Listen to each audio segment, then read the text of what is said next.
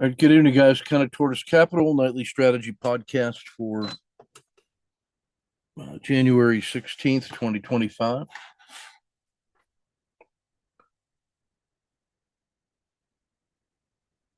Take a look at the standard topics today.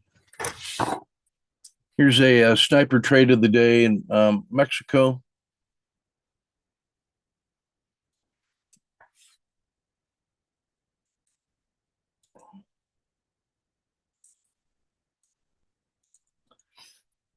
We have a significant gap down, put the OR3 on it, breakdown of the OR3, standard risk box above the VWAP, 10-cent risk in Mexico is normal.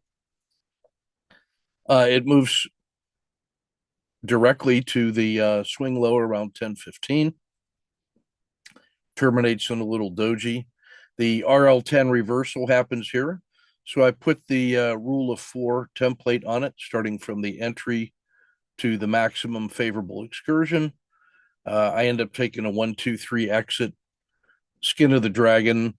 That's a little bit better than keeping 75%. That felt pretty good. Pretty good trade.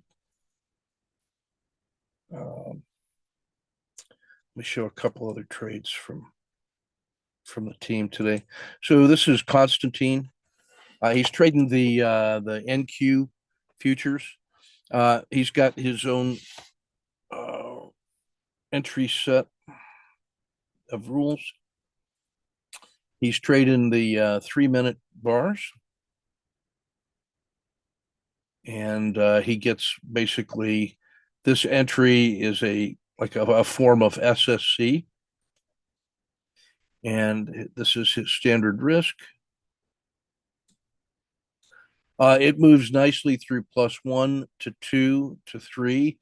At 4, you get the rollover of the RL10. And he's able, when you put that on the top of the maximum favorable, he ends up keeping 3 and some change. So he gets about an 80% keep on that one, which is pretty nice. Now later, after this rolls over and plays out, he gets a second trade on this one later in the day. So that was his first trade, which terminated over in here. He gets a COTA 2 on the short side, you'll notice. This is a swing high, lower high in the RL10 that has rolled over. And the pure collapsing dragon would have been here. But he front runs that. He buys it kind of what we think of it. I think of it as in the triangle. He buys it after the PSAR fails, and it has moved a standard risk box for him off that recent peak. It moves nicely down to here. The RL10 reverses. If we put the rule of 4 template on that thing, we can see that his exit right here is keeping 75%. That feels really good. There was a trade later in the day for him here, but he had other things going on. But that would have been sort of a natural move. And then by the time it gets here, you should never lose money on that trade when you have that much in hand. You can see that would be at least +1 and maybe a little bit more. So nice work from Constantine with the NQ contract.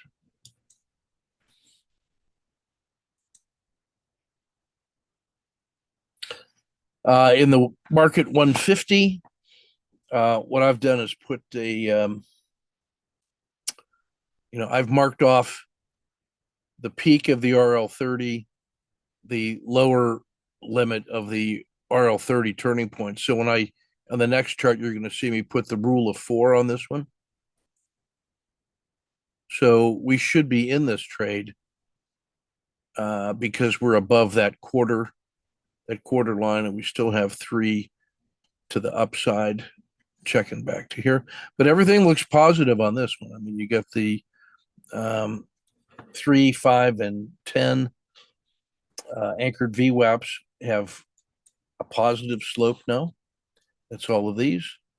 You're above those shorter term anchored VWAPs. You achieve the 30 anchored VWAP, and now you have this much potential gain to the all-time high. If it gets above that 610 next week, then this should be fireworks. What I want to draw your attention to is this piece right here. We've had a significant, we spent a significant amount of time above the zero line with our signal line. So that's basically all the way back from here. This is where it crossed below the signal line, that first sign of sharp weakness. It's been pretty bad since then. But today, the signal line crossed over its 5-period moving average, and that puts it in the spring outside of the Red River. And so that becomes a tradable move. And that means that this may actually have some legs that would get us to test and then beyond. So that's sort of the upside tactical interpretation there.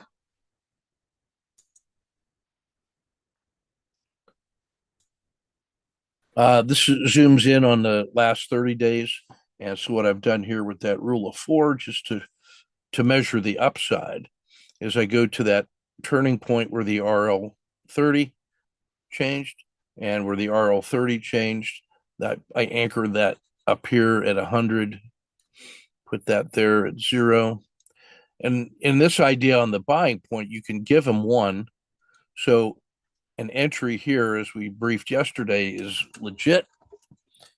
So you give them 1, and then you aim for 3. 1, 2, 3.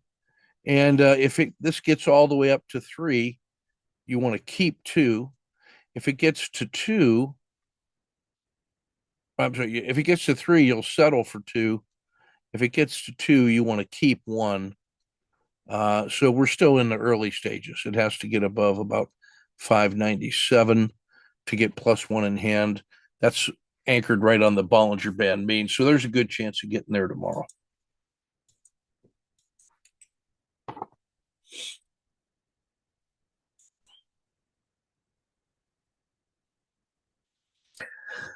On the 30-minute bars today, this is today's move.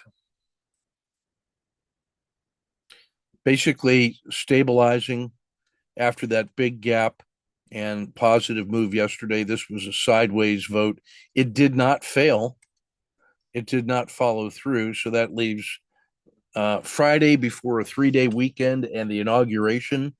There's a lot of latent power in this, waiting for an excuse to get long on the Trump administration.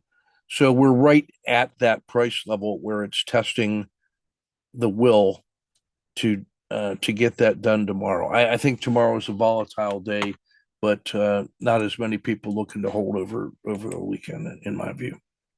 The day traders, anyway. Still bullish, volatile. Consolidating in the middle of the shorter term NDXs, still hovering around the bottom of the river. Volatility favors much sharper moves. It is Main Street, like Home Depot, Johnson & Johnson, Caterpillar, 3M, that are leading this little recovery and move. Tech is still lagging. You got Intel and NVIDIA lagging a bit along with XLK. I added a little piece on this one just to show you that if you take a look at the worst performances of 40 days over the last 10 years, the worst 40-day period was minus 32%. The worst 20-day period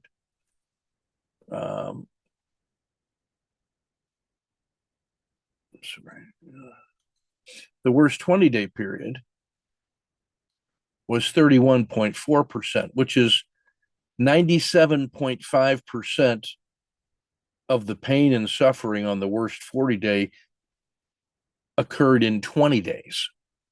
And then of the worst 10-day periods, the minus 23% is 72.4% of the pain and suffering on the 40 happened on the 10. And then in the worst 5-day period was 18%. And that represents about 55, 56% of the pain and suffering. So the idea here is that the 5-day is a very efficient way to get short-term volatility. You get most of the pain and suffering of a 40-day period expressed in just 5 days. So if you took a look at 40 days, you get 8 5-day periods in there in which you can start making some moves. So to me, our hybrid swing and shorter term swings really should be paying attention to 5-day volatilities. And that's what that little summary shows. Now, where are we right now? We had micro gains now over these time periods, but it's still pretty close to flat. So this is a market that's biding its time. It's not moving, poised for a breakout after 30 days of the doldrums. Dow Tactical, big strong move in Goldman and Chevron. A little bit of weakness there in Apple and Disney. Otherwise, half a dozen symbols on the auto framer testing out pretty well. Palantir continued with another strong day. So that's the first and strongest of the big story stocks we've been following to lead the way. It's a little more agile. In the ETFs, you had generally stronger moves in, let's see, gold, energy, materials, and industrial. So it's Main Street, not tech. Only 3 symbols on the auto framer. Again, this is markets waiting to get through the weekend and the Trump effect. Auto framer, you can see all the stats. NVIDIA still testing out nicely at 2.7 to 1. On the squeezes, quite a few squeezes on the narrow range day today. This is the market marking time, in my view. You got diamonds and the spiders and the Russell all near the top of that stack, all very tightly compressed. This is a market waiting to be unleashed after the administration changes, I believe. That's just a belief. Here's the auto framer from TC 2000. Everything above this red line is better than 2 to 1 reward to risk ratio.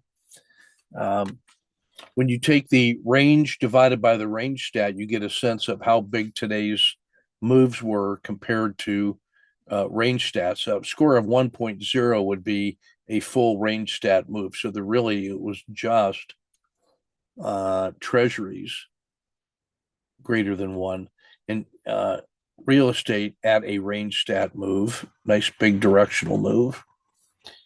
Other than that, nothing. So this was actually a pretty narrowly compressed kind of a day. You can see that the S&P was only 1/3 of a range stat move. That's how narrow that was. And where's DIA? Where are you at? That also 1/3 of a range stat.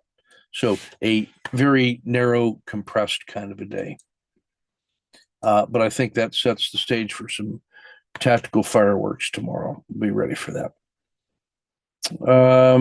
Being dominated by the spring and summer in the 4 seasons. That's some markets that have sold off and are recovering. They have reversed. So in that model of the 4 seasons, what that means is that the MACD, if that's the 0 line, the MACD has moved down in the winter and has now reversed into the spring. And if you'll remember from the market health check, the Red River is about like this in the S&P. So this is the fact that this has reversed and there's still a gap between the MACD and the Red River says that is a significant move that could still be valuable. So this is a tradable pullback and reversal.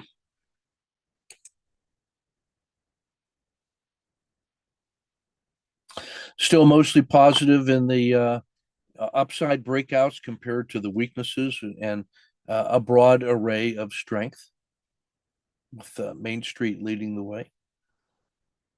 Usual suspects now in the frog list for trading value. Palantir, Tesla, Nvidia are 3 out of the 4 story stocks, all up there near the top. That's why they're on my short list. Reliable movers. Today was not a follow through day. We were concerned about that. We mentioned it yesterday. When it has come through, the regression line. The good news is that it didn't fail today, but it still has to prove that there's some upside legs. The slope of the RL compared to its 10-period moving average, it's getting ready to cross over outside of that plus or minus 1 standard deviation. So when it crosses that is officially a significant turning point. And you can see on the longer term time frame, last 180 days, that when it makes those turning points at Z2, it's not unusual to see strong moves. So we're in a posture for the market just wants to go.